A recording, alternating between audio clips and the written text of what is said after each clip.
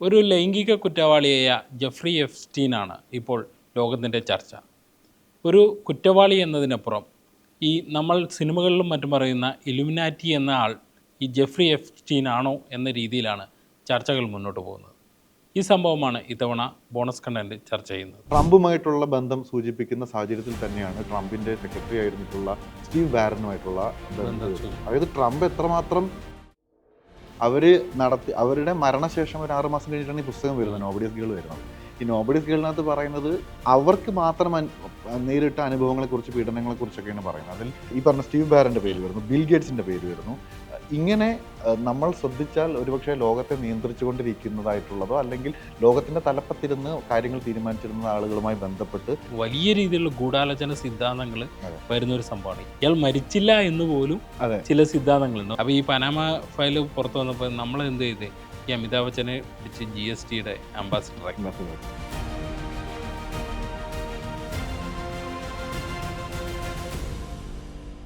ഈ ഗൗതം ശ്രദ്ധിച്ചാണല്ലോ, ഈ വാക്ക് ഞാൻ പറഞ്ഞ വാക്ക് തന്നെയാണ് ഇപ്പോൾ ഇയാൾ ഇലുമിനാറ്റി ആണോ എന്നുള്ള രീതിയിൽ. കാരണം ഇയാളുടെ പിന്നെ ഈ സൗരവിഹാരത്തിൽ വന്നു പോകാത്ത പിന്നെ ആളുകൾ ആരാണെന്ന് പറയുന്നത്. ഇപ്പോൾ ഈ അമേരിക്കയിലൊക്കെ സെലിബ്രിറ്റികളൊക്കെ ഈ പല ഇന്റർവ്യൂവിലും വന്നിട്ട് തപ്പുവാണ്, ഞാൻ അവിടെ പോയിട്ടേ ഇല്ല എന്ന് പറയുമ്പോൾ ഒരു ഫോട്ടോ എടുത്ത് അങ്ങ് കാണിക്കും. ആ രീതിയിൽ പല വീഡിയോസും വന്നിട്ടുണ്ട്. എന്താണ് ഇയാളുടെ ഒരു തോന്നുന്നത്? ശരിക്കും ഇതിനകത്തൊരു പ്രശ്നം എന്ന് വെച്ചാൽ ഈ എപ്സ്റ്റീൻ ഫയൽ എന്താണെന്നുള്ളത് സംബന്ധിച്ചൊരു വലിയ വിഭാഗം ആളുകൾക്ക് വലിയ ധാരണ എപ്പോഴും വന്നിട്ടില്ല. ഇതിൽ കുറേ ഫോട്ടോകൾ വന്നിരിക്കുന്നു എന്നുള്ളതാണ് പൊതുവിൽ ആളുകൾ മനസ്സിലാക്കിയിട്ടുള്ളത്. അതായത് ഈ ലൈംഗിക കുറ്റകൃത്യവുമായി ബന്ധപ്പെട്ട് ഈ കുട്ടികളെ കടത്തുന്നതും സെക്ഷൽ റാക്കറ്റിന് ഇരയാക്കുന്നതും അവരെ കാഴ്ചവെക്കുന്നതൊക്കെ ആയിട്ട് ബന്ധപ്പെട്ട് എന്തോ നടന്നിട്ടുണ്ട് ലോകത്തിൽ എന്നുള്ളത് ആളുകൾക്ക് അറിയാം. അതിന് എപ്സ്റ്റീൻ നേതൃത്വം കൊടുത്തിരിക്കുന്നു എന്നറിയാം. പക്ഷേ ഇത് ബേസിക്കലി ഇത് എന്താണ് ഈ എപ്സ്റ്റീൻ ഫയൽ എന്നുള്ളതിന് ഒരു ചെറുപ്പം നമുക്ക് എനിക്ക് തോന്നുന്നൊരു ധാരണ കൊടുക്കുന്നതായിരിക്കും. അതൊരു ഏകദേശം 2000-ഓളം വീഡിയോകളും ഒരു 2 ലക്ഷത്തോളം ഫോട്ടോകളും വരുന്ന ഒരു വലിയ ബ്ലാക്ക് ബുക്ക് ഓഫ് എപ്സ്റ്റീൻ എന്ന് പറയുന്ന ഒരു ബുക്കാണ്. അപ്പോൾ അതിനകത്ത് 2 തരത്തിലുള്ള ആളുകളുണ്ട്. ഒന്ന്, എപ്സ്റ്റീൻ ഇതിൻ്റെ ഭാഗമായി പലരെയും കണ്ടിട്ടുണ്ട്. അതായത് എപ്സ്റ്റീൻ എന്ന് പറയുന്നത് നമുക്കറിയാം വലിയ സ്വാധീനമുണ്ടായിരുന്ന വലിയ കോടീശ്വരനായിരുന്നു, വ്യവസായിയായിരുന്നു. അയാൾ പല സ്ഥലങ്ങളിൽ പോയി പല ആളുകളെ, പല ഉന്നതരെ, പ്രത്യേകിച്ച് ലോകം തിരിക്കുന്ന ആളുകളെ തന്നെ അയാൾക്ക് ബന്ധമൊക്കെ ഉണ്ട്. പക്ഷേ ഇതിൻ്റെ രസം, ഇയാൾ ഈ പോകുന്നവരുടെയൊക്കെ നമ്പരും പേരും ഇയാളുടെ ഒരു ബുക്കിൽ എഴുതി വെക്കും. അങ്ങനെ ഒരു ബുക്കുണ്ട്, ലിറ്റിൽ ബുക്ക് ഓഫ് എപ്സ്റ്റീൻ എന്ന് പറയുന്ന ബ്ലാക്ക് ബുക്കിൻ്റെ ചെറുത്. അതിനുശേഷം ഇയാൾ ഇതിനെ പല ആളുകളെയും സമീപിക്കും. ഇതിൽ പല ആളുകളും ഇയാളുടെ കെണിയിൽ വീഴുകയും ചെയ്തു. എന്ന് വെച്ചാൽ ഭൂരിപക്ഷ ആളുകളും കെണിയിൽ വീണിട്ടുണ്ടെന്നാണ് പുതിയ രേഖകൾ പ്രകാരം നമുക്ക് മനസ്സിലാക്കുന്നത്. അവരുടെ ഒരു ബുക്കുണ്ട്, അതാണ് ബ്ലാക്ക് ബുക്ക് എന്ന് പറയുന്ന വലിയ ഫയൽ. അപ്പം ഈ ഫയലുകൾ, ഈ പുസ്തകത്തിലെ പേരുകൾ, അതിനകത്തുള്ള ഫോട്ടോകൾ, വീഡിയോകൾ, ഇങ്ങനെ ഇതെല്ലാം ചേർന്നുള്ള എപ്സ്റ്റീൻ എന്ന കുറ്റവാളിയുടെ കരിയർ എന്ന് വേണമെങ്കിൽ പറയാവുന്ന ഒരു സാധനത്തെയാണ് ഈ എപ്സ്റ്റീൻ ഫയൽ എന്ന് പറയുന്നത്. ഈ ഫയലിൽ ഉൾപ്പെടാത്തവരെ കണ്ടുപിടിക്കുന്ന, വിമൻചേട്ടൻ പറഞ്ഞ പോലെ അതിനെ ഈ ഉൾപ്പെടാത്തവരെ കണ്ടുപിടിക്കുക എന്ന് പറയുന്നത് ഇപ്പോൾ വലിയ ടാസ്ക്. 2000 ഇയാൾ മരിച്ച ശേഷം ഇതിൽ വെർജീന എന്ന് പറയുന്ന ഒരു പ്രധാനപ്പെട്ട ഇത് മീറ്റു നടത്തിയ ഒരു പെൺകുട്ടി പിന്നെ കോടതി പോയി, സിവിൽ കേസ്. അതായത് തൻ്റെ കുറച്ച് ഫയൽസ് ഉണ്ട്, അത് കിട്ടണം എന്ന് പറഞ്ഞിട്ട്. ഇതിൽ നിന്നാണ് ഈ ലീക്കിങ് തുടങ്ങുന്നത്. തീർച്ചയായിട്ടും. അതായത് ഈ നോബഡീസ് ഗേൾ എഴുതുന്ന വെർജീനിയ ആക്ച്വലി എപ്സ്റ്റീൻ്റെ ഈ ഐലൻഡിൽ നിന്ന് രക്ഷപ്പെട്ട് വരുന്ന ഒരു പെൺകുട്ടിയാണ്. അവരുടെ മരണശേഷം ഒരു 6 മാസം കഴിഞ്ഞിട്ടാണ് ഈ പുസ്തകം വരുന്നത്, നോബഡീസ് ഗേൾ വരുന്നത്. ഈ നോബഡീസ് ഗേളിനകത്ത് പറയുന്നത് അവർക്ക് മാത്രം നേരിട്ട അനുഭവങ്ങളെക്കുറിച്ച്, പീഡനങ്ങളെക്കുറിച്ചൊക്കെയാണ് പറയുന്നത്. അതിൽ അവർ പ്രധാനമായും പറഞ്ഞത്, എന്നെ മുൻ പ്രധാനമന്ത്രി, ഒരു രാജ്യത്തിൻ്റെ മുൻ പ്രധാനമന്ത്രി എന്നോട് ഇങ്ങനെ ചെയ്തിട്ടുണ്ട്, അയാളാണോ എന്ന് തോന്നിപ്പിക്കുന്ന തരത്തിൽ എന്നോട് ഏറ്റവും ക്രൂരമായി പെരുമാറിയത് ഇയാളാണെന്ന് പറയുന്നു. പിന്നെ അതാരാണോ ചർച്ച വരുന്നു. പക്ഷേ ഇതിൽ ശരിക്കും ഈ എപ്സ്റ്റീനെ കുടുക്കിയതും ലോകത്തെ മുഴുവൻ ഇപ്പോൾ വെട്ടിലാക്കിയതും ട്രംപാണെന്നാണ് എൻ്റെ ഒരു പ്രധാനപ്പെട്ട കാര്യമുള്ളത്. അതായത് ട്രംപിൻ്റെ തെരഞ്ഞെടുപ്പ് വേളയിൽ ഈ എപ്സ്റ്റീൻ ഫയലുമായി ബന്ധപ്പെട്ട് എപ്സ്റ്റീനുമായുള്ള ഈ ട്രംപിൻ്റെ ബന്ധം നേരത്തെ തന്നെ ട്രംപ് മത്സരിക്കാൻ വരുമ്പോഴൊക്കെ വലിയ ചർച്ചയായിരുന്നു. ട്രംപും എപ്സ്റ്റീനും തമ്മിൽ എന്താണ് ബന്ധം, ഇവരുടെ ഫോട്ടോ വരുന്നു, ഇവരുടെ ഫോട്ടോയാണ് ആദ്യം പുറത്തു വരുന്നത്. അപ്പോൾ ട്രംപ് പറഞ്ഞു, ഈ വീരവാദം അടിക്കുക, ട്രംപിൻ്റെ അങ്ങനത്തെ ഒരു ചെറിയ കുഴപ്പമുണ്ടല്ലോ. അപ്പോൾ മൂപ്പരാണ് പറഞ്ഞത്, എന്നൊരു കാര്യം ചെയ്യും, എപ്സ്റ്റീനുമായിട്ട് ബന്ധപ്പെട്ട ഫയലുകളൊക്കെ അങ്ങോട്ട് പുറത്തു വരട്ടെ. പിന്നെ US-ൻ്റെ സോഷ്യൽ ജസ്റ്റിസ് വകുപ്പ് അവർ ആദ്യഘട്ടത്തിൽ പുറത്തു വിടുന്നു. അപ്പോൾ അതിൻ്റെ അതിജീവിതമാർ ഇത് എതിർക്കുന്നു. കാരണം ഇത് വലിയ റാക്കറ്റാണ്. ഇപ്പോൾ പലരും അതിനെ അതിജീവിച്ച പലരും സ്വതന്ത്രമായി ജീവിക്കുന്നുണ്ട്. ഇതുമായി ബന്ധപ്പെട്ടുള്ള ആളുകൾ നേരത്തെ സൂചിപ്പിച്ച പോലെ ഈ കോൺടാക്ട് ബുക്കിൽ പേരുള്ളവരുമുണ്ട്, ശരിക്കുള്ള ബുക്കിൽ പേരുള്ളവരുമുണ്ട്. അപ്പോൾ ഇവരുടെ സ്വകാര്യതയുടെ പ്രശ്നം എന്നൊക്കെ പറഞ്ഞിട്ട് ഇത് വലിയ പ്രശ്നമാക്കി മാറിയിട്ട് പിന്നെ ഈ അടുത്താണ് ഇപ്പോൾ US സോഷ്യൽ ജസ്റ്റിസ് വകുപ്പ് ഇതുമായി ബന്ധപ്പെട്ടിട്ടുള്ള സെനറ്റിൽ ഇതിൻ്റെ ബില്ല് വരുന്നു, അത് പാസ്സാക്കുന്നു, എപ്സ്റ്റീൻ ഫയൽസ് പുറത്തുവിടാൻ തീരുമാനിക്കുന്നു. ഇതൊക്കെ സംഭവിച്ചിട്ട് പക്ഷേ ഈ കേസുകളിലുള്ള കുറേ ബ്ലാക്ക് മാർക്കാണ്. അതെ, പകുതിയും ബ്ലാക്ക് മാർക്കുകളാണ്. പക്ഷെ അതിൽ നിന്നും പുറത്തു വരുന്ന ഫോട്ടോകളാണ്. പക്ഷേ എനിക്ക് തോന്നുന്നത് ഈ നമ്മളൊരാളെ ഒപ്പരം ഫോട്ടോ ഇപ്പം നോം ചോംസ്കി പിന്നെ എപ്സിനൊപ്പം പടം എടുക്കുന്നു, അല്ലെങ്കിൽ ഫിദൽ കാസ്ട്രോയി ബന്ധപ്പെട്ട പടം വരുന്നു, പിന്നെ അല്ലെങ്കിൽ പിന്നെ നമ്മുടെ സ്റ്റീഫൻ ഹോക്കിങ്സുമായിട്ടുള്ള പടം വരുന്നു. പക്ഷേ ഈ പടങ്ങൾ വരുന്നത് കൊണ്ട് ഇവരെ നമുക്ക് ആ രീതിയിൽ കാണാൻ പറ്റില്ല എന്ന് അതെ പറയാം. തീർച്ചയായിട്ടും അങ്ങനെ ഒരു സാധനമാണ്. അത് വിപിൻ അറിയാം, നമ്മളിപ്പോൾ സ്വർണ്ണക്കൊള്ള കേസുമായി ബന്ധപ്പെട്ട് വലിയ ചർച്ച നടക്കുന്നുണ്ട്. അതായത് ഇതാണ് ഞാൻ പറഞ്ഞത്. അതായത് എപ്സ്റ്റീൻ ഫയലിന് ഒരു പ്രശ്നമുള്ളത്, എപ്സ്റ്റീൻ പല ആളുകളുമായി ബന്ധപ്പെട്ടിട്ടുണ്ട്. ലോകത്തിലുള്ള ഒരു പക്ഷേ പ്രമുഖരായ എല്ലാ നേതാക്കളുമായിട്ട് എപ്സ്റ്റീന് ബന്ധമുണ്ട്, അല്ലെങ്കിൽ എപ്സ്റ്റീൻ ബന്ധപ്പെടുകയും സംസാരിക്കുകയും കാണുകയും ഫോട്ടോ എടുക്കുകയും ചെയ്തിട്ടുണ്ട്. ഈ ഫോട്ടോകളെല്ലാം ഈ എപ്സ്റ്റീൻ ഫയലിലും ഉണ്ട്. പക്ഷേ അതോടൊപ്പം തന്നെ ഗുരുതരമായ കുറ്റകൃത്യം നടത്തിയിട്ടുള്ള, വലിയ പീഡനങ്ങൾ നടത്തിയിട്ടുള്ള, ചൈൽഡ് അബ്യൂസ് നടത്തിയിട്ടുള്ള ആളുകളുടെ ചിത്രങ്ങളും ലിസ്റ്റുമുണ്ട്.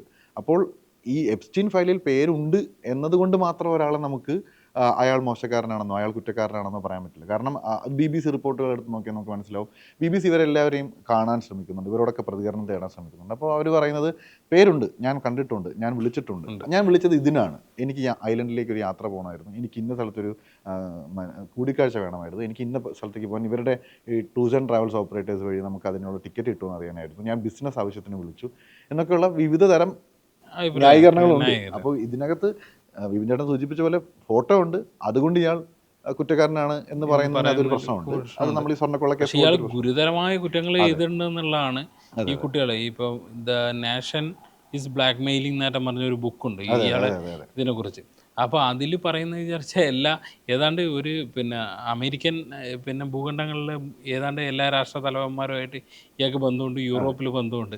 ഇത് നമ്മൾ അന്താരാഷ്ട്ര തലത്തിൽ നോക്കിയാൽ ഇതിൽ രക്ഷപ്പെട്ട് നിൽക്കുന്നത് റഷ്യയും ചൈനയും മാത്രമാണ്. അതെ, അതിലൊരു രസകരമായ അല്ലെങ്കിൽ സമീപകാലത്ത് നമ്മൾ ഇൻസ്റ്റഗ്രാം റീലൊക്കെ കാണുന്ന സമയത്തെ, അതായത് ഈ പുടിൻ, അതോടൊപ്പം തന്നെ ഷീ ജിങ് പിൻ, അതോടൊപ്പം തന്നെ നമ്മുടെ കിം ജോങ് ഉൻ, ഇങ്ങനെ തുടങ്ങിയിട്ടുള്ള ഒരു ഇടത് സ്വഭാവമുള്ള അല്ലെങ്കിൽ ഇടത് രാഷ്ട്രങ്ങളിലൊക്കെ തന്നെ തലവന്മാരെ ഇത് നേരത്തെ തിരിച്ചറിഞ്ഞിരുന്നു, അവർക്ക് ഈ ഇലുമിനാണ്ടിയെ നേരത്തെ മനസ്സിലായിരുന്നു എന്നുള്ള തരത്തിലാണ് ചർച്ച ചെയ്യുന്നത്. പക്ഷേ ഈ ജോക്സ് അപ്പാർട്ട് അതിനകത്തൊരു പ്രധാനപ്പെട്ട കാര്യമുള്ളത്, ഇപ്പോൾ ചർച്ച നടക്കുന്നത് മുഴുവൻ ഇതിൻ്റെ ലൈംഗിക കുറ്റകൃത്യവുമായി ബന്ധപ്പെട്ടാണ്. പക്ഷേ അതൊരു വലിയ ക്രൈം തന്നെയാണ്, അതിനകത്തൊരു തർക്കമില്ല. കാരണം ലോകത്തെ വിവിധ രാജ്യങ്ങളിൽ നിന്ന്, പ്രത്യേകിച്ച് തേർഡ് വേൾഡ് നേഷൻസ് എന്ന് പറയുന്ന അല്ലെങ്കിൽ അങ്ങനെ മുദ്രകുത്തുന്ന രാജ്യത്തിൽ നിന്നുൾപ്പെടെ കുട്ടികളെ കൊണ്ടുപോകുന്നു, അവരെ ലൈംഗികമായി കാഴ്ചവസ്തുവാക്കുന്നു, അവരെ ഉപദ്രവിക്കുന്നു, പീഡിപ്പിക്കുന്നു. അതിനൊക്കെ തെളിവുകളുമുണ്ട്. ഈ നേരത്തെ സൂചിപ്പിച്ച ഫയലിൽ അതിൻ്റെ തെളിവുകളുണ്ട്. അതിൻ്റെ ഏകദേശം 65 മില്യൺ പേജുള്ള ടെക്സ്റ്റ് പുറത്തു വന്നിട്ടുണ്ട്, ആ റെക്കോർഡ് പുറത്തു വന്നിട്ടുണ്ട്.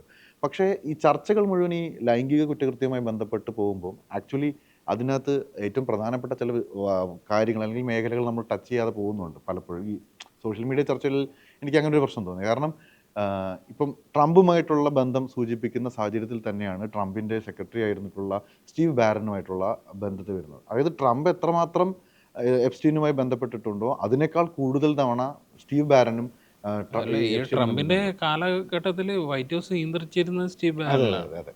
അപ്പോൾ ആ ബാരൻ എപ്സ്റ്റീനുമായി നിരന്തരം ചർച്ചയിലാണ്.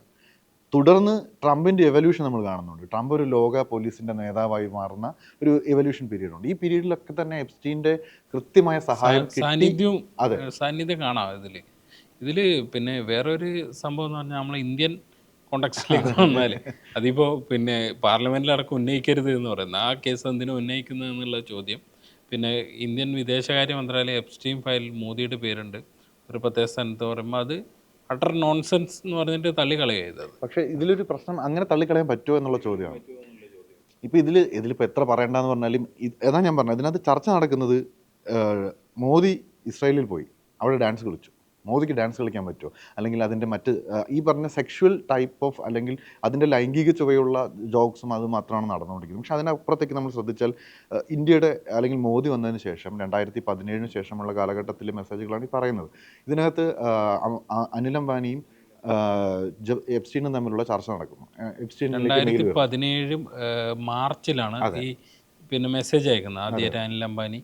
അതും പിന്നെ നമ്മളാരും പിന്നെ അദ്ദേഹത്തിൻ്റെ എന്തെങ്കിലും പേഴ്സണൽ കാര്യത്തിലല്ല, നമ്മുടെ രാജ്യത്തിലെ പ്രധാനമന്ത്രി വൈറ്റ് ഹൗസുമായിട്ട് എങ്ങനെ ബന്ധം സ്ഥാപിക്കാമെന്നുള്ള ഈ എപ്സ്റ്റീനോട് ചോദിക്കുകയാണ്. ഇവിടെയാണ് ഈ ചോദ്യം നിൽക്കുന്നത്. അതായത് ആരാണ് അംബാനി? മോദിക്ക് ഇപ്പം ന്യൂയോർക്കിലോ അല്ലെങ്കിൽ ലോകത്ത് ഏത് കോണിൽ പോകണമെങ്കിലും ഇവിടെ വിദേശകാര്യ മന്ത്രാലയമുണ്ട്, അതിൻ്റെ സംവിധാനങ്ങളുണ്ട്, പ്രധാനമന്ത്രിയെ കൊണ്ടുപോകാൻ അതിൻ്റെതായ സിസ്റ്റമുണ്ട്, അതിൻ്റെ പ്രോട്ടോക്കോളൊക്കെ ഉണ്ട്. പക്ഷേ ഇത് എപ്സ്റ്റീനുമായിട്ട് സംസാരിക്കുന്നത് ഞങ്ങൾക്ക് ട്രംപുമായി മീറ്റ് ചെയ്യണം, ശരി എന്നാൽ ഞാൻ ട്രംപിനെ സെറ്റാക്കാം, ട്രംപുമായി മീറ്റ് ചെയ്യുന്നു. അപ്പോൾ ട്രംപിനുമായി മീറ്റ് ചെയ്യുന്ന സമയത്ത് എപ്സ്റ്റീൻ ഇങ്ങോട്ട് പറയുന്നു അല്ല ഇസ്രായേൽ ഒരു പദ്ധതി വേണം, കാരണം ട്രംപും നെതന്യാഹുവും തമ്മിലുള്ള ബന്ധം നമുക്കറിയാം. അപ്പോൾ എപ്സ്റ്റീൻ പറയുന്നു ഇസ്രായേലുമായി ബന്ധപ്പെട്ട് നമുക്കൊരു ധാരണയിലെത്തണം. അപ്പോൾ ഓക്കെ, ഇസ്രായേലിൽ ധാരണയിലെത്താം, മോദി 2 ദിവസത്തിനകം സന്ദർശിക്കുമെന്ന് അംബാനി പറയുകയാണ്. അതായത് രാജ്യത്തിൻ്റെ പ്രധാനമന്ത്രി ഇസ്രായേൽ സന്ദർശിക്കും, അതും എത്രയോ വർഷങ്ങൾക്ക് ശേഷം. ഒരു അതല്ല, ഇതിൽ BJP-ക്കാർ പറയുന്നത് ഈ അംബാനി ആരാ, അയാൾ എന്തെങ്കിലും ആരോടും പറഞ്ഞു എന്ന് വിചാരിച്ചിട്ട് നമുക്ക് അങ്ങനെ പറയാൻ പറ്റുമോ? പക്ഷേ ഈ അംബാനി എന്താണോ പറഞ്ഞത്, എന്താണോ അത് നടന്നിട്ടുണ്ട് എന്നുള്ളതാണ് ഇതിലെ കാര്യം. അത് മാത്രമല്ല, അത് നടന്നു എന്ന് മാത്രമല്ല, അത് ഒരുപക്ഷെ രാജ്യത്തിന്റെ ഏറെക്കാലം നിലനിന്ന ചരിത്രത്തെ മാറ്റുകയും ചെയ്തു. ഇപ്പൊ ഇന്ത്യയും ഇസ്രായേലും തമ്മിലുള്ള നമുക്കറിയാം, ആദ്യമായിട്ടാണ് ഒരു ഭരണാധികാരിയായ പ്രധാനമന്ത്രി നേരിട്ട് ഇസ്രായേൽ പോകുന്നത്. അത് മാത്രമല്ല, തുടർന്ന് പലസ്തീനിൽ നമ്മുടെ നിലപാടുണ്ടായിരുന്നു. ഇന്ത്യക്കാലത്ത് സ്വീകരിച്ചിരുന്ന നിലപാടുണ്ട്. ആ നിലപാട് എങ്ങനെ മാറി? ആ മാറിയതിന് കാരണം എന്താണ്? അതിന് ഈ മെസ്സേജുകൾ കാരണമായിട്ടുണ്ടോ? ഇയാളുടെ ഇടപെടലുണ്ടോ? അതോടൊപ്പം തന്നെ ഇന്ത്യയിലേക്ക് അവിടുത്തെ അമേരിക്കൻ അംബാസഡർമാർ ഇന്ത്യയിൽ സന്ദർശിക്കുന്നു, വ്യാപാര കരാറുകൾ വരുന്നു. ഇതിനിടയിൽ അംബാനിയുമായി ബന്ധപ്പെട്ട് വലിയൊരു കേസ് പുറത്തു വരുന്നു, ഹിഡൻബർഗ് ഫയലുകൾ വരുന്നു, റഫേൽ കേസ് വരുന്നു.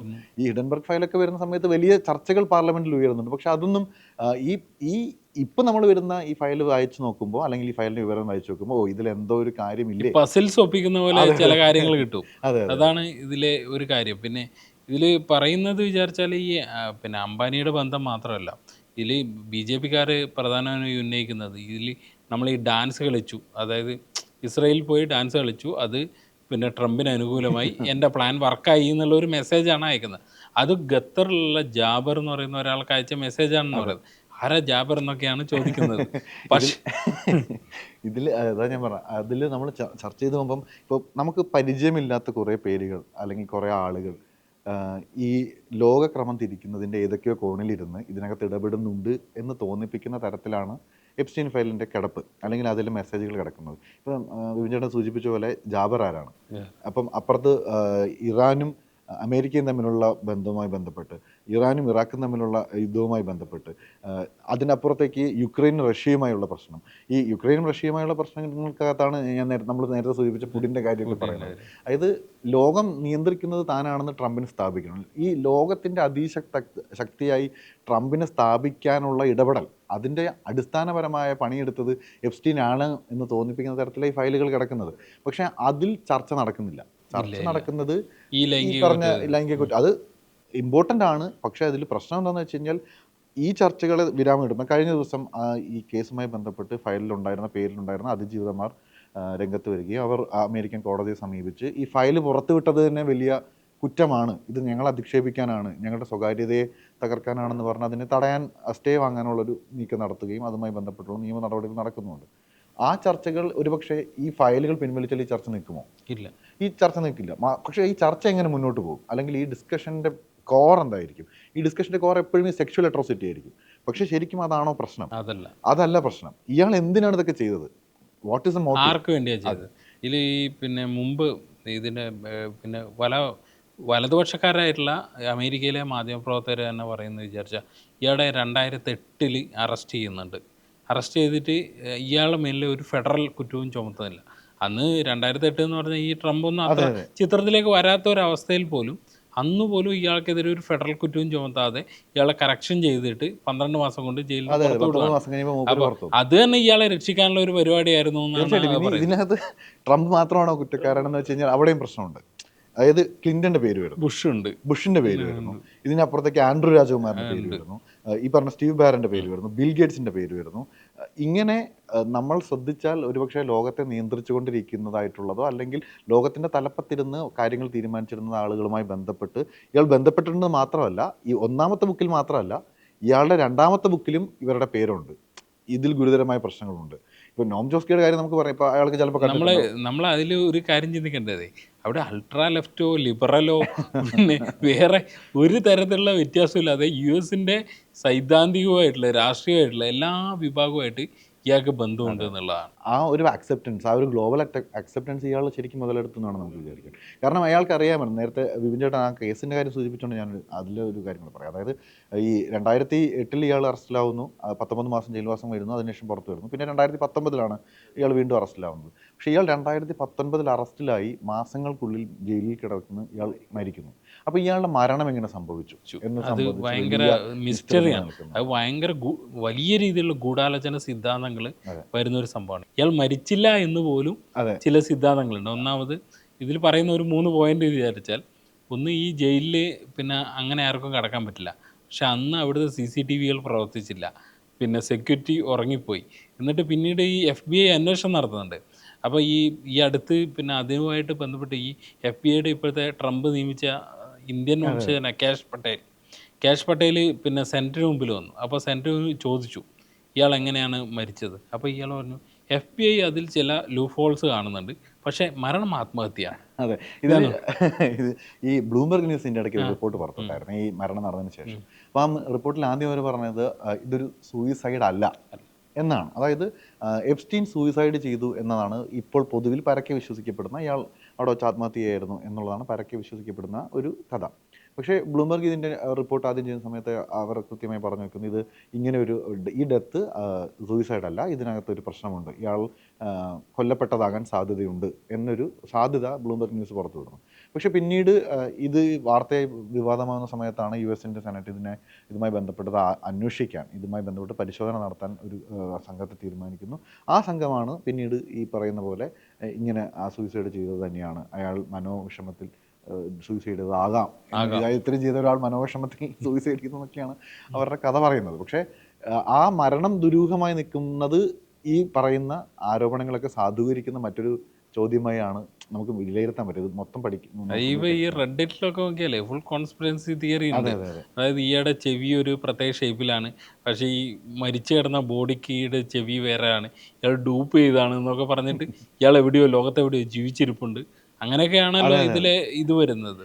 കാരണം അതിനുള്ള സാധ്യതകൾ ഒരുപക്ഷെ നമുക്ക് ഈ പറയുന്ന പോലെ ഈ അപസർപ്പ കഥകളെ വിശ്വസിക്കേണ്ടി വന്നു കഴിഞ്ഞാൽ ചില സമയത്ത് ഈ അപസർപ്പ കഥകളിൽ തന്നെ ഉണ്ടല്ലോ ഇയാൾ ഒരു മൊസാദിൻ്റെ ഏജൻ്റാണ് അല്ലെങ്കിൽ വിദേശ ശക്തിയുടെ ഏജൻ്റാണ് എന്നുള്ള രീതിയിലാണ് US-ൽ ഇപ്പോൾ ന്യൂയോർക്ക് ടൈംസ് അടക്കം ആ രീതിയിലാണ് കഥകൾ ഉണ്ടാക്കിക്കൊണ്ടിരിക്കുന്നത്. തീർച്ചയായിട്ടും ഇതിനകത്ത് അതാ ഞാൻ പറഞ്ഞത്, അതായത് ഇതിൻ്റെ ഡിസ്കഷൻ പല രീതിയിൽ പോകുമ്പോൾ ഇതിൻ്റെ കോർ ഓഫ് ഡിസ്കഷൻ എന്ന് പറയുന്നത് ഇങ്ങനെ പല രീതിയിലേക്ക് പോവുകയാണ്. കാരണം നമുക്ക് എന്താണോ ആവശ്യം, ഇപ്പോൾ എപ്സ്റ്റീൻ ഫയലിൽ നമുക്ക് ഒരുപാട് കാര്യങ്ങൾ എടുക്കാൻ പറ്റും, നമുക്ക് എന്താണോ ആവശ്യം അത് മാത്രം ഫോക്കസ് ചെയ്ത് പോകുക എന്നുള്ള രീതിയിൽ പോലും ചർച്ച ചെയ്യാം. ഇപ്പം മൊസാദിൻ്റെ ഏജൻ്റാണ് ഇയാൾ, ജൂ ആണ് ഇയാൾ, ലോകം മുഴുവൻ മറ്റേ ഇലുമിനാറ്റികൾ ജൂയിഷ് ഇതാണ്, അവരാണ് ഇപ്പോഴും ലോകം ഭരിക്കുന്നത് തുടങ്ങിയിട്ടുള്ള പലതരത്തിലുള്ള ചർച്ചകളും ഡിസ്കഷൻസൊക്കെ നടക്കുന്നത്. അതൊക്കെ നമുക്ക് ഈ പറയുന്ന പല രീതിയിൽ വ്യാഖ്യാനിക്കപ്പെടുന്നതിൻ്റെ കാര്യമായിട്ട് അത് ഈ പലതരത്തിലുണ്ട്. ഈ ഞാൻ നേരത്തെ പറഞ്ഞല്ലോ പുടിനും മറ്റുള്ളവർ അടുക്കാതിരുന്നത്, ഇപ്പം ഗിസ്ലൈൻ മാക്സ്വെൽ എന്ന് പറയുന്നത് ഇവരെ അടുത്ത അനിയായല്ല, അവർ 2021 കൺവിക്റ്റായി 20 വർഷം ഇപ്പം ജയിലിലാണ്. അപ്പോൾ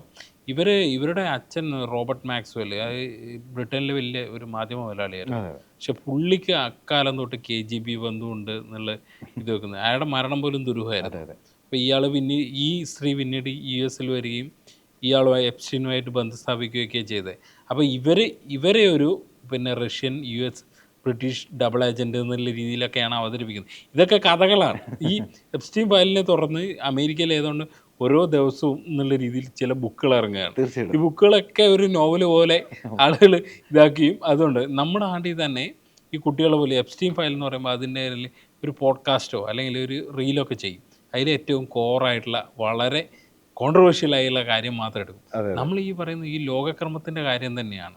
അതായത് പിന്നെ ഇങ്ങനെ കുറേ പേര് നിയന്ത്രിക്കുന്നതാണോ ലോകം എന്നുള്ളത് നമുക്ക് ശരിക്കും തോന്നിപ്പോകും. പിന്നെ തീർച്ചയായിട്ടും മാത്രമല്ല ഇതിൻ്റെ അപകടം, ഇത് വിപിൻ ചേട്ടൻ ഡിസ്കഷൻ തുടങ്ങുമ്പോൾ പറഞ്ഞ ഒരു പോയിന്റുണ്ട്. അതായത് ഇത് കേവലമായി നമുക്കൊരു കഥയായിട്ട് വിടാൻ പറ്റുമോ? പറ്റുന്നില്ല. കാരണം എന്തുകൊണ്ടാണ്? ഇതിൽ പറയുന്നത് നടക്കുന്നു, അല്ലെങ്കിൽ നടന്നിട്ടുണ്ട്, അല്ലെങ്കിൽ സംഭവിച്ചു നമ്മുടെ മുന്നിലുണ്ട്. ഈ സംഭവിച്ച സാധനത്തെ നമ്മൾ ഈ പുറത്തു വന്ന വിവരവുമായി തട്ടിച്ചു നോക്കുമ്പോഴാണ് ഇത് വസ്തുതയാണോ എന്നുള്ളത് നമുക്ക് തിരിയുന്നത്. അപ്പോൾ അത് വസ്തുതയാണെന്ന് വിശ്വസിക്കേണ്ടി വരുന്ന സാഹചര്യങ്ങളിലൂടെ കടന്നുപോയി നമ്മൾ, അല്ലെങ്കിൽ നമ്മൾ കണ്ടുകൊണ്ടിരിക്കുന്നു. അപ്പം ഇത് എപ്സ്റ്റീൻ ഫയലുകൾ യാഥാർത്ഥ്യമാണ്, അതിൽ തർക്കമൊന്നുമില്ല. ഈ കുറ്റകൃത്യം നടന്നിട്ടുണ്ട്, അതിലും തർക്കമില്ല. ഇയാൾ നടത്തിയിട്ടുള്ള ഇടപെടൽ, ഈ നയതന്ത്ര ഇടപെടലുകൾ നടത്തി ലോകത്തെ ഇത്തരത്തിൽ സഞ്ചരിപ്പിച്ച്, നമുക്കറിയാം ഇന്ന് ലോകം നിൽക്കുന്ന സാഹചര്യത്തിനെ കുറിച്ച് നമുക്ക് നല്ല ധാരണയുണ്ട്. ഈ സാഹചര്യത്തിലേക്ക്, പ്രത്യേകിച്ച് ഇറാൻ്റെ വിഷയത്തിൽ നമുക്കറിയാം, പലസ്തീൻ വിഷയത്തിൽ നമുക്കറിയാം, യുക്രൈൻ വിഷയം നമ്മൾ കണ്ടുകൊണ്ടിരിക്കുന്നു, ഈവൻ ഇന്ത്യയുടെ കാര്യത്തിൽ ഏറ്റവും ലേറ്റസ്റ്റ് ആയിട്ട് നമുക്കറിയാം. അപ്പോൾ ഈ രാജ്യങ്ങളിലൊക്കെ ഇത് നടന്നു കഴിഞ്ഞു. അമേരിക്കൻ കാര്യങ്ങൾ പോലെ തന്നെ ബ്രിട്ടീഷ് ഇതിലുണ്ടായത്. ഇതിനകത്ത് ഏറ്റവും പ്രധാനപ്പെട്ട ഒരു കാര്യം, ഇപ്പോൾ സ്ലോവാക്യയിലെ ഫോറിൻ മിനിസ്റ്റർ ആയിട്ടുണ്ടായിരുന്ന സ്ലോവാക്യൻ്റെ ഈ പേര് എപ്സ്റ്റീൻ ഫയലിലുണ്ട്. അയാൾ രാജിവെച്ചു. അയാൾ രാജിവെച്ചു എന്ന് പറഞ്ഞു കഴിഞ്ഞാൽ ഈ ഫയലിൽ പേര് വന്നതിൻ്റെ പേരിൽ അതിനകത്ത് മെയിൽ കമ്മ്യൂണിക്കേഷനിൽ അയാളുടെ പേരുണ്ടായിരുന്നത് കൊണ്ട് അയാളോട് ചില ഫേവറുകൾ ആവശ്യപ്പെടുന്നതാണ് ആ മെയിൽ. ആ മെയിൽ പുറത്തു വന്നതിൻ്റെ ഭാഗമായി ഒരു രാജ്യത്തിൻ്റെ വിദേശകാര്യ വക്താവായ ആൾ രാജിവെക്കുകയാണ്. അപ്പോൾ നിങ്ങൾക്ക് ഇതിനെ എങ്ങനെ തള്ളിക്കളയാൻ പറ്റും? അല്ല, ഇന്ത്യയിലെ കോണ്ടക്സ്റ്റിൽ ഞാൻ അതിൽ ഒരു ഉദാഹരണമേ പറയൂ. അതായത് പണ്ട് പനാമ ഫയൽസ് വന്നു, പനാമ ഫയൽ. അതിൽ ഉള്ള ഒരു വലിയ ഇന്ത്യക്കാരൻ്റെ പേര് പിന്നെ പിന്നെ അമിതാഭ് ബച്ചനായിരുന്നു. പക്ഷേ നമ്മുടെ ഗവൺമെൻറ് അതിൽ എന്തെങ്കിലും നടപടിയെടുത്തോ അറിയില്ല. അതേസമയം പാകിസ്ഥാനിൽ നവാസ് ഷെരീഫ് അടക്കം തെറിച്ച ടൈമായിരുന്നു. ഐസ്ലാൻഡ് പ്രധാനമന്ത്രി രാജിവെച്ചു. അപ്പോൾ ഈ പനാമ ഫയൽ പുറത്ത് വന്നപ്പോൾ നമ്മൾ എന്ത് ചെയ്തേ, ഈ അമിതാഭ് ബച്ചനെ പിടിച്ച് GSTയുടെ അംബാസിഡറാക്കി ആ ടൈമിൽ. അപ്പോൾ അങ്ങനെയുള്ള സംഭവങ്ങൾ നടക്കും. ഇപ്പോൾ ആത്യന്തികമായിട്ട് നമുക്കിതിൽ പറയാൻ കഴിയുന്നത്, നമുക്കറിയാത്ത ഒരു ദുരൂഹമായ ലോകം ഈ വേറെ ഉണ്ട്. അതിലാണ് കാര്യങ്ങൾ നടക്കുന്നത്. നമ്മൾ ഈ കാണുന്നത് വേറൊരു വിസിബിലിറ്റി ആണെന്ന് പറയുന്നത്. തീർച്ചയായിട്ടും. അതായത് ഇതിൻ്റെ അവിടെയാണ് ഈ പൊളിറ്റിക്കൽ സിനാരിയോ നിൽക്കുന്നത്. നിങ്ങൾ ആരാണ് നയിക്കുന്നത്? ഇപ്പം അതിൻ്റെ ഏറ്റവും പ്രധാനപ്പെട്ട ചോദ്യം ഇപ്പോൾ പാർലമെൻറ്റിൽ നമ്മൾ കണ്ടു. കഴിഞ്ഞ 2-3 ദിവസമായിട്ട് പ്രതിഷേധം നടന്നുകൊണ്ടിരിക്കുന്ന ചർച്ച നടന്നു. അതായത് നമ്മുടെ രാജ്യത്തെ പ്രധാനപ്പെട്ട ഒരു കരാറിനെക്കുറിച്ച് മറ്റൊരു രാജ്യത്തിൻ്റെ പ്രധാനമന്ത്രി അല്ലെങ്കിൽ പ്രസിഡന്റ് ഇരുന്നിട്ട് പറയുവാണ്, ഞങ്ങളിത് തീരുമാനിച്ചിരിക്കുന്നു, ഇത് സംഭവിച്ചിരിക്കുന്നു. അപ്പോൾ എന്തുകൊണ്ട് ഇങ്ങനെ പറയുന്ന ഒരാളെ എന്തുകൊണ്ട് ശക്തമായി നമുക്ക് എതിർക്കാൻ പറ്റുന്നില്ല? അല്ലെങ്കിൽ പതിറ്റാണ്ടുകളായി നമ്മൾ സ്വീകരിച്ചിരുന്ന ഒരു നിലപാട്, അത് വളരെ ലോകം അംഗീകരിച്ചിരുന്ന ഒരു നിലപാട്, പ്രത്യേകിച്ച് പലസ്തീൻ്റെ വിഷയത്തിൽ, അത് ഒറ്റ രാത്രി ഇരുട്ടി വെളുക്കുമ്പോൾ മാറുന്നു. ഇസ്രായേൽ നമുക്ക് പ്രിയപ്പെട്ട രാജ്യമായി മാറുന്നു. ഇസ്രായേലിന് നമുക്ക് അപ്രിയ പ്രശ്നങ്ങളൊന്നുമില്ല. പക്ഷേ എങ്കിൽ പോലും ആ സ്റ്റാൻഡിൽ നമ്മൾ വെള്ളം ചേർത്തതായി നമുക്ക് തോന്നുന്നു.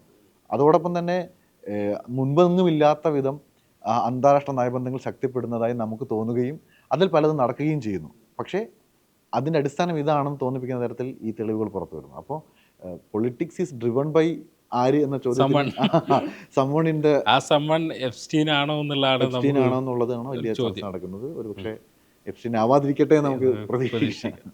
എപ്സ്റ്റീൻ ഫയലുകളാണ് ഇത്തവണ ബോണസ് കണ്ടന്റ് ചർച്ച ചെയ്തത്. ദുരൂഹമായ അനവധി കാര്യങ്ങൾ ഉൾക്കൊള്ളുന്ന ഈ വാർത്തയിൽ എന്തൊക്കെയാണ് ഇനി സംഭവിക്കുക എന്ന് കണ്ടറിയണം.